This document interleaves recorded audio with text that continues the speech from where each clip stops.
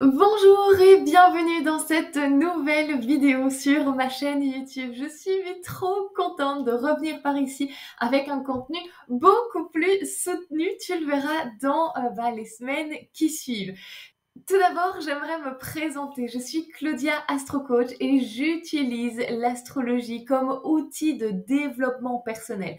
Un outil fantastique justement pour acquérir une profonde connaissance de toi et une confiance inébranlable. C'est vraiment ce que j'ai à cœur de faire pour que justement tu puisses acquérir toute cette confiance en toi pour aller accomplir tous les objectifs que tu te proposes. Étant Capricorne, on tient ses objectifs. Ok. Aujourd'hui, on va parler de Mercure rétrograde. Mais avant ça, comme je te le dis, on va avoir une nouvelle vitesse de croisière sur cette chaîne. Donc, dès à présent, abonne-toi à la chaîne, mets-moi un pouce pour soutenir justement tout le contenu que je vais ici te publier. Et on est parti! Il y a un transit qui fait toujours bien parler de lui et un peu malgré lui, j'ai l'impression. Et s'il y a bien une chose finalement en astrologie qu'on connaît au-delà de son signe astrologique, donc là où se trouve le soleil dans ta carte, eh bien c'est bien Mercure rétrograde à cause de la mauvaise fame qu'il a. Je crois clairement qu'un Mercure rétrograde est beaucoup trop surcoté, qu'on en parle trop comme étant le maléfique, quelque chose de mauvais. Ce qui est vraiment important à comprendre déjà dans un premier temps en astrologie, et surtout faire la distinction entre les choses qui se passent sur les réseaux sociaux aussi, c'est faire en sorte que forcément quand on dit qu'il y a quelque chose qui est mauvais, qu'une planète est mauvaise, qu'elle vous a apporté justement des choses un peu négatives, ça veut dire que d'un autre côté on va apporter et on va mettre en lumière une autre planète qui elle va être incroyable. Et c'est là où il faut vraiment faire attention parce que la façon dont moi je vois l'astrologie ici, comme je vous l'ai dit, c'est vraiment pour aller vous donner confiance, comprendre vraiment ce qui se passe, pour aller chercher finalement tout le potentiel de ça. Et donc, du coup, forcément, chacune des planètes, chaque chose, chaque transit a ses bons et ses mauvais côtés, mais c'est à vous d'aller le voir, d'accord? Donc, il est hors de question, ici sur cette chaîne, qu'on utilise un Mercure rétrograde en mode « Ah, mais non, mais mon imprimante n'a pas fonctionné, et puis justement, mon téléphone s'est cassé, quel hasard, on est en Mercure rétrograde où j'ai raté mon train, c'était pas ma faute. » T'avais oublié le réveil. D'accord? Donc en fait, il y a vraiment cette idée où chaque fois, tu vas avoir le choix, lorsqu'il va se passer des transits positifs ou négatifs qui ont plus ou moins de popularité, vraiment ce choix de, ok, est-ce que tu veux l'utiliser comme une excuse finalement et te dire, oh non, mais c'est pas ma faute, c'est Mercure rétrograde et je mets ça sur le dos et ça t'empêche finalement d'aller voir ce qui se passe en toi et de te remettre en question, ou alors on l'utilise de la manière qui pour moi justement est la plus cohérente et celle qui nous envoie finalement sur le chemin de notre développement personnel et spirituel, c'est vraiment cette idée de comprendre vraiment ce placement, se rendre compte de comment il nous affecte et à partir de là évoluer, d'accord? Donc, maintenant que j'ai un peu blablaté sur le sujet du jour, on va rentrer dans la connaissance finalement de Mercure rétrograde. Donc la première chose à comprendre sur un Mercure rétrograde, c'est forcément d'abord la rétrogradation. Je t'ai mis un petit schéma ici sur la slide. Donc comme tu peux le voir vraiment sur cette vidéo, un Mercure rétrograde et une rétrogradation en général, c'est juste un effet d'optique parce qu'on se trouve sur la Terre, d'accord? C'est-à-dire qu'en fait, il ne fait pas une marche arrière comme on pourrait le penser, parce qu'on a un peu l'impression que c'est ça une rétrograde. Il a mis la marche arrière et ça y est, il rebrousse chemin, d'accord? Non, une rétrograde, ça veut dire que forcément sur l'ellipse que cette planète a, eh ben, on a l'impression depuis la Terre qu'elle fait marche arrière. Et donc, je t'ai mis une photo juste à côté de comment on peut le percevoir justement depuis la Terre, astronomiquement parlant. Donc ça, c'est déjà la première chose. C'est-à-dire que si on vivait sur Vénus, si on vivait sur Pluton, sur Uranus, on aurait une toute autre vision, d'accord? Donc vraiment, ça, c'est vraiment la première chose à comprendre sur la rétrograde. Et comme je le dis toujours à mes clientes lorsqu'on fait justement une lecture de thème astral, parce que des fois, certaines sont nées avec des planètes en rétrograde et d'autres pas, donc c'est toujours important de faire un gros disclaimer sur le fait de non, ce n'est pas grave s'il y a une planète en rétrograde. Au contraire, ça t'amène de nouvelles choses et une toute autre perspective, d'accord? Donc là, comme je le dis à mes clientes, une planète, quand elle est directe, donc c'est-à-dire quand elle n'est pas rétrograde, donc tu vois, il n'y a pas de petit RX à côté ou un petit R comme ça sur le thème astral, donc ça veut dire qu'elle est directe. Et donc là, il y a vraiment cet élan finalement d'aller vers l'avant. d'accord? Donc c'est vraiment une énergie directe qu'on pourrait dire. Alors qu'une rétrograde, ça t'invite vraiment, justement, si tu avais des lunettes, à enlever les lunettes et à la retourner contre toi et pour vraiment te demander en mode, allez introspecter, d'accord? Allez te demander, ok, est-ce qu'il y a des choses que j'ai mal faites? Est-ce que justement je peux revoir quelque chose par rapport à ma communication, si on reste sur le sujet de Mercure, d'accord? Il y a vraiment cette idée de, justement, et je prends toujours cet exemple-là et ça m'est même moi-même arrivé, un Mercure, le dernier en date, d'ailleurs, dernier en date de Mercure rétrograde, forcément était en signe de terre, mais on y viendra. J'ai crevé un pneu. J'ai crevé un pneu sur la route. C'était horrible. Et justement, il y avait ce truc où une semaine avant, ma porte de garage s'ouvrait pas. Là, je crève un pneu. J'étais là, mais à quel moment, en fait, tout m'arrive au même moment? En fait, il y avait vraiment cette idée où, ça faisait 3 mois, si pas plus, que je devais aller faire la révision, justement, de ma voiture. Et l'univers m'envoyait des signaux. Et c'est-à-dire que lorsqu'on arrive en Mercure rétrograde, il y a un peu cette goutte qui fait déborder le vase, d'accord? Donc, si justement, tu rates sans cesse ton train, si ton imprimante ne fonctionne plus, si ton téléphone te lâche, enfin, whatever de tes électroménagers, c'est peut-être que tu as retardé l'échéance, en fait, de justement en prendre soin, de faire une réparation, de devoir changer, en fait, cette voiture, ce micro-ondes, ce téléphone, d'accord? Donc, vraiment, on voit Mercure rétrograde comme vraiment la goutte qui fait déborder le vase. Donc, à partir du moment où, justement, elle rétrograde, tu peux remettre en question, différentes zones de ta vie en dépendant, on le verra après, de la maison où elle tombe. La deuxième chose qui me surprend toujours avec un Mercure rétrograde, c'est que la plupart des gens remettent toujours la faute sur lui. Comme je viens de te dire, comme ça aurait pu se passer avec ma voiture, en mode non, mais c'est la faute de Mercure rétrograde et tout. Je te dis pas que j'en ai pas ri, d'accord? Bien sûr, j'ai mis sur les réseaux en mode, bien sûr, il fallait que ça se passe en Mercure rétrograde. Mais je n'ai pas remis la faute sur cette planète-là, d'accord? Et il y a vraiment deux choses que je vois systématiquement. C'est que, c'est beaucoup plus facile forcément de remettre la faute là-dessus, déjà. Et de deux, c'est que je suis persuadée que tu ne sais pas ce que signifie Mercure, tu sais, comme acteur du zodiaque, quelles sont les caractéristiques de cette planète-là, de quoi elle nous parle, et d'autres, où est-ce qu'il se trouve dans ton thème astral? Où se trouve Mercure dans ton thème astral et qu'est-ce que ça signifie? Est-ce que tu es capable de me répondre à ça?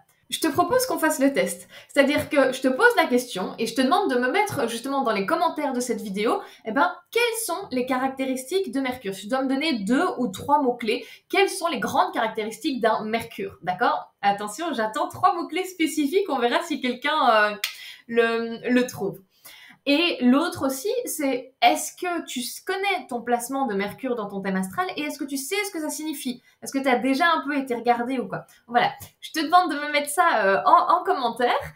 Vraiment, si tu as réussi à me répondre et tu as trouvé en plus le petit bonus des 3 mots que je suis en train de penser, mais non, on sait jamais, il y a peut-être des télépathes dans la salle. Clairement bravo parce que du coup cette vidéo va énormément plus t'intéresser parce qu'on va aller voir des côtés théoriques certainement que tu n'as pas eu sur les réseaux avant ça. Et sinon, tu vois, ça montre bien à quel point justement on aime toujours trouver un coupable, un bouc émissaire, un petit duc au but de la classe pour remettre la faute et justement se détacher finalement de notre responsabilité.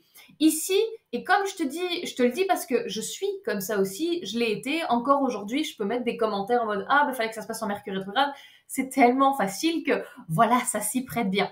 Néanmoins, j'ai vraiment envie, tu vois, dans les vidéos que je vais pouvoir t'apporter ici sur ma chaîne, dans tout le contenu gratuit que j'apporte finalement également sur Instagram, dans toutes mes formations aussi qu'il y a sur l'astrologie et tout, j'ai vraiment envie qu'ici, tu viennes acquérir finalement des connaissances beaucoup plus profondes en astrologie pour gagner en connaissance de toi et en confiance en toi. Il y a vraiment ce phénomène où chaque planète, chaque chose qui se passe dans le ciel a forcément ses mauvais côtés et ses bons côtés. Donc c'est vraiment aller voir, ok, comment va être l'ambiance et comment est-ce que moi je peux aller profiter et aller trouver les opportunités là-dedans, d'accord? On dit toujours que les opportunités se trouvent toujours dans les moments les plus challengeants, donc pourquoi pas?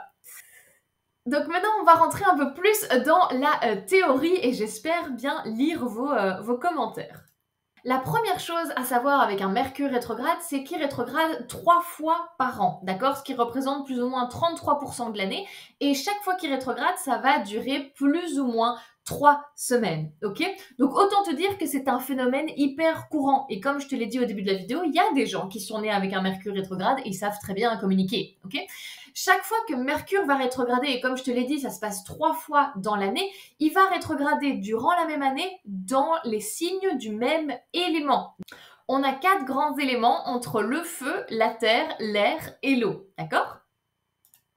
Donc cette année 2024, Mercure va exclusivement rétrograder ou en commencer en tout cas ses rétrogrades dans les signes de feu, d'accord? Parce que dépendant des degrés où Mercure va se trouver, eh ben des fois il va passer dans un autre signe d'un autre élément, mais en tout cas il va commencer toutes ses rétrogrades dans les signes de feu. L'année passée, en 2023, on a eu tous les Mercure rétrogrades dans les signes de terre, c'est ce que je t'avais dit un peu avant, où forcément, moi, étant très très Capricorne, ça allait m'impacter beaucoup plus. En 2025, il sera dans les signes d'air et en 2026, il sera dans les signes d'eau. Comme tu peux le remarquer, si tu as un peu plus de connaissances en astrologie, tu sais qu'on commence l'année astrologique avec le bélier, on suit du taureau, de l'air avec le gémeaux et termine, enfin, et le 4e signe, en tout cas, c'est le signe cardinal du cancer, d'accord? Ici, tu peux le voir, ça va dans l'autre sens, d'accord? On va être dans le feu, on suivra par l'air et on continuera par l'eau et on reviendra à la terre, etc. Pourquoi? Parce qu'on parle des rétrogrades, donc on parle finalement, bien sûr, de cette marche arrière, d'accord? Donc ça, pour déjà te garder ça en tête. Donc comme je te l'ai dit, cette année 2024, Mercure va rétrograder dans les signes de feu. On a d'abord du 1er avril au 25 avril le signe du bélier, d'accord? Donc il va rétrograder dans le signe du bélier, sujet dont on va plus parler en profondeur aujourd'hui. Ensuite, du 5 au 18 août, il rétrogradera dans le signe du lion. Et si je ne m'abuse, alors attends... Il rétrogradera dans le signe du lion et il arrivera même dans la Vierge. Tu vois, comme quoi, des fois, il touche un peu 2 signes en fonction du... Mais ça, on ira le voir. Et pour finir l'année, on aura eu un Mercure rétrograde en Sagittaire du 25 novembre au 15 décembre. Alors, on va aller voir plus en profondeur le Mercure rétrograde qui nous intéresse, qui est actuellement et qui va se passer en Bélier, d'accord? Lorsqu'on a justement un Mercure rétrograde, surtout en Bélier, ça va venir nous parler forcément d'énergie impulsive. Tu sais, Mercure nous parle énormément du coup de la communication, de notre manière de penser, de notre entourage. Si tu as été attentif, c'est les mots-clés que je recherchais au début de la vidéo. Donc, clairement, par rapport à ces sujets-là dont Mercure nous parle, on va pouvoir avoir tendance à avoir une énergie beaucoup plus impulsive, beaucoup plus spontanée. Vraiment ce truc de j'ai envie de parler, j'attends pas les autres non plus. Je sens que c'est right now et j'ai envie d'agir, d'accord? Un peu cette excitation, tu vois. Les prises de décision aussi vont être rapides, vives et impulsives, forcément, hein, on n'enlève pas ça au bélier. Forcément, les côtés un peu plus négatifs, je dirais, du bélier ici, ça va être la frustration et l'impatience, d'accord? Donc, il peut forcément se passer justement, ok, j'ai envie de mettre de nouvelles actions, j'ai une idée, j'ai envie de la mettre en action, et puis, ah mais en fait, c'est horrible parce que ça met beaucoup plus de temps, ça se met pas concrètement, je vois pas les résultats tout de suite, d'accord? Donc, il peut y avoir finalement cette frustration et cette impatience qui s'installe, et forcément, le bélier, comme je te l'ai un peu... introduit, c'est le premier signe du zodiaque qui démarre l'année astrologique. Donc forcément, il y a de nouvelles perspectives, de nouveaux objectifs, de nouveaux projets. Ok ? Ce qui va nous intéresser ici aujourd'hui, plus particulièrement dans cette période-ci justement de Mercure rétrograde en Bélier, donc du 1er au 25 avril, clairement, on va aller regarder la carte. Moi, c'est toujours ça que j'aime beaucoup ici en astrologie. C'est vraiment, ok, comprendre un peu justement qui est Mercure et qu'est-ce qui va se passer cette année. Et puis concrètement, là, dans les 3 semaines qui arrivent, comment on va pouvoir ressentir cette énergie et qu'est-ce qu'il y a de différent avec un Mercure rétrograde en Bélier d'il y a 5 ans, d'accord ? La première chose à savoir, c'est qu'on est en pleine période des éclipses. Alors, c'est une vidéo qui sortira la semaine prochaine, mais voilà, déjà, je te l'ai introduit déjà un peu ici. On est en pleine période des éclipses. Les éclipses, il y a vraiment cette idée aussi de justement libération, un peu... c'est une période de grande transformation, de grands changements. Et il y a vraiment ces grandes énergies justement où on va t'inviter à lâcher des choses pour t'ouvrir à de nouvelles choses, de nouveaux potentiels, d'accord ? Donc ici, le Mercure rétrograde va être durant justement toute cette période de transformation. Donc j'ai envie de te dire, si tu n'es pas touché par les éclipses, le Mercure rétrograde ne te ratera pas. Enfin, l'un ou l'autre. Je veux dire, il y a un moment donné, tu peux pas sortir indemne de cette période. Mais encore une fois, tout ce qui se passe, c'est vraiment pour justement faire le ménage, j'ai envie de dire, et t'aligner sur quelque chose qui te correspond plus, qui est plus juste pour toi, d'accord? Donc pas de panique, c'est challengeant évidemment, mais c'est challengeant. Pourquoi? Parce qu'on va te demander de sortir de ta zone de confort pour aller chercher ce que tu mérites vraiment. On va pas te le mettre sur un plateau d'argent, ce serait trop facile. Durant sa période de rétrogradation, Mercure va venir activer Chiron. Chiron qui est le grand blessé, d'accord, qui est ta plus grande blessure, qui a vraiment finalement autant ce pouvoir de c'est ma grande blessure, mais ça peut être aussi ma plus grande guérison, d'accord. Donc en fonction, et on le verra ça dans la slide suivante, de la maison où c'est toi les énergies que tu as en bélier, tu vas pouvoir aller comprendre un peu ce qui va se passer et dans quel justement environnement tu vas pouvoir vivre cette grande guérison, d'accord. Encore une fois ici, je ne te parle pas spécialement que de Mercure, je l'englobe vraiment à l'époque dans laquelle on est aujourd'hui, où il se passe aussi les éclipses, c'est très très important et plus challengeant que d'habitude, d'accord? L'autre chose aussi, le bélier. Le bélier, c'est le premier signe qui vient initier finalement l'année astrologique. Donc il y a vraiment de toute façon cette énergie de nouvelle année, de renouveau, nouveau projet, un nouvel élan, d'accord? Mais de nouveau, j'y viendrai mettre beaucoup plus de nuances dans la vidéo de la semaine prochaine, parce que comme il y a une éclipse totale cette année-ci, ben ça risque d'être un peu plus... Ouais, il va y avoir vachement des différences par rapport à l'énergie du bélier qu'on connaît, d'accord? On va aller regarder à présent Mercure dans votre propre thème astral et comment ça va pouvoir vous impacter. Pour les débutants, ce que je vous propose de regarder, c'est dans quelle maison va tomber du 15 au 27e degré du bélier. D'accord? Ça va tomber dans une maison et ça va vous donner vraiment l'environnement dans lequel ça va pouvoir vous impacter personnellement. Ensuite, c'est regarder justement s'il y a un aspect avec votre signe solaire, donc votre signe astrologique, d'accord? Dans cette vidéo, on va parler uniquement si vous avez votre signe solaire en Capricorne, en Sagittaire, en Balance, en Lion ou en Cancer, ok? Donc ça, c'est les aspects qu'on va venir parler ici. Pour les avancées, ce que je vais vous demander et l'analyse que vous pouvez faire finalement, c'est aller regarder si vous avez d'autres planètes qui se trouvent entre le 15 et le 27e degré dans un autre signe et si ça va former aussi un aspect. Ça, c'est une façon de voir justement quelles sont les relations qui vont se créer pour vous aller vraiment conscientiser au fur et à mesure, ok, effectivement, là, je vois que par exemple, mon Mercure est en carré avec mon Pluton, ok. Là, effectivement, j'ai ressenti un peu de secousse par rapport à ma communication, etc. D'accord? Donc ça, de nouveau, si vous avez des questions, s'il y a justement des interrogations, des réflexions, vous pouvez les partager. L'espace commentaire est tout à vous. Et ensuite, c'est regarder où se trouve votre Mercure et comment justement ils interagissent ensemble. Donc, je vais aller vous parler maintenant justement des aspects que je trouve les plus relevants selon votre signe astrologique, donc où se trouve votre soleil. Alors, si Mercure est en carré avec votre Capricorne, clairement, ça va venir toucher justement votre identité, votre personnalité, d'accord? Dans tous les cas ici, avec un carré soit en Capricorne, soit ici en Cancer, il y a vraiment cette idée où ça va venir toucher la communication de votre identité. Qui est-ce que tu ne montres pas que tu es? Qu'est-ce que tu caches encore? Quelles sont les choses que tu n'assumes pas? Est-ce que ton environnement te plaît en ce moment ou est-ce qu'il faut changer quelque chose? D'accord? Donc ça va venir vraiment un peu bousculer tout ça.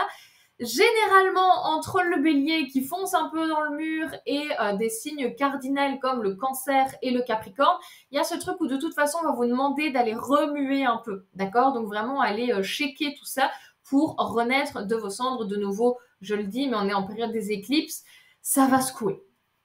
Alors, dans le cas où vous êtes en trigone, donc où votre signe, vous êtes signe Sagittaire ou Lion, d'accord? Donc là, on est en trigone avec le Mercure rétrograde qui va se produire. Ici, il y a vraiment plus une énergie d'équipe, d'accord? Donc dans cette énergie-là, ça va être beaucoup plus ce truc de, ok, effectivement, je suis en train de me remettre en question, par exemple, sur des projets, j'ai plein de choses sur le feu, mais est-ce que tout fait sens pour moi, d'accord? Il y a vraiment ce truc de, justement, aidez-vous, que ce soit l'un ou l'autre, si c'est plus ici ce que vous avez en Sagittaire, est-ce que ça fait sens pour vous? Est-ce que ça allume votre feu intérieur? Est-ce qu'il y a vraiment une mission, en fait, que vous devez accomplir par rapport à ça? Et si vous avez justement ce placement en Lion, à ce moment-là, c'est beaucoup plus, est-ce que ça vous fait plaisir, ça vous fait kiffer, est-ce que ça vous permet justement de sortir votre enfant intérieur, de vous amuser, de pouvoir vous mettre en avant, ok? Et on va terminer si vous avez votre soleil en balance, donc ce sera en opposition. Clairement, les caractéristiques ici que je donne valent vraiment pour tous les placements. Mais ici, je vais vraiment me concentrer sur le soleil car c'est le principal, hein, le système solaire porte son nom, donc clairement, on va pas quitter le protagoniste de sa place. Donc, un Mercure en opposition avec ce que vous pouvez avoir en balance, et ici, à l'occurrence, le Soleil, clairement, on va vous demander d'aller retrouver un équilibre, d'accord? Il y a peut-être ce truc où vous travaillez trop, ou justement, vous reposez trop, donc c'est vraiment aller retrouver cet équilibre. Ou vous parlez trop, vous gardez trop de choses pour vous tentez de trop d'être people pleaser. Donc, voilà, il y a vraiment finalement une... rebalancer, hein, on va pas réinventer la balance, quoi, mais rebalancer un peu ça. Et voilà, on arrive à la fin de cette vidéo. J'espère que tout le contenu t'aura plu. Franchement, tu as la chance et l'opportunité de l'espace commentaire pour laisser toutes tes questions, les réflexions qui sont venues, d'échanger avec moi si tu as appris quelque chose au cours justement de cette vidéo. S'il y a des choses où tu t'aimerais avoir plus d'informations, vraiment, cet espace-là est fait pour ça, donc utilise-le.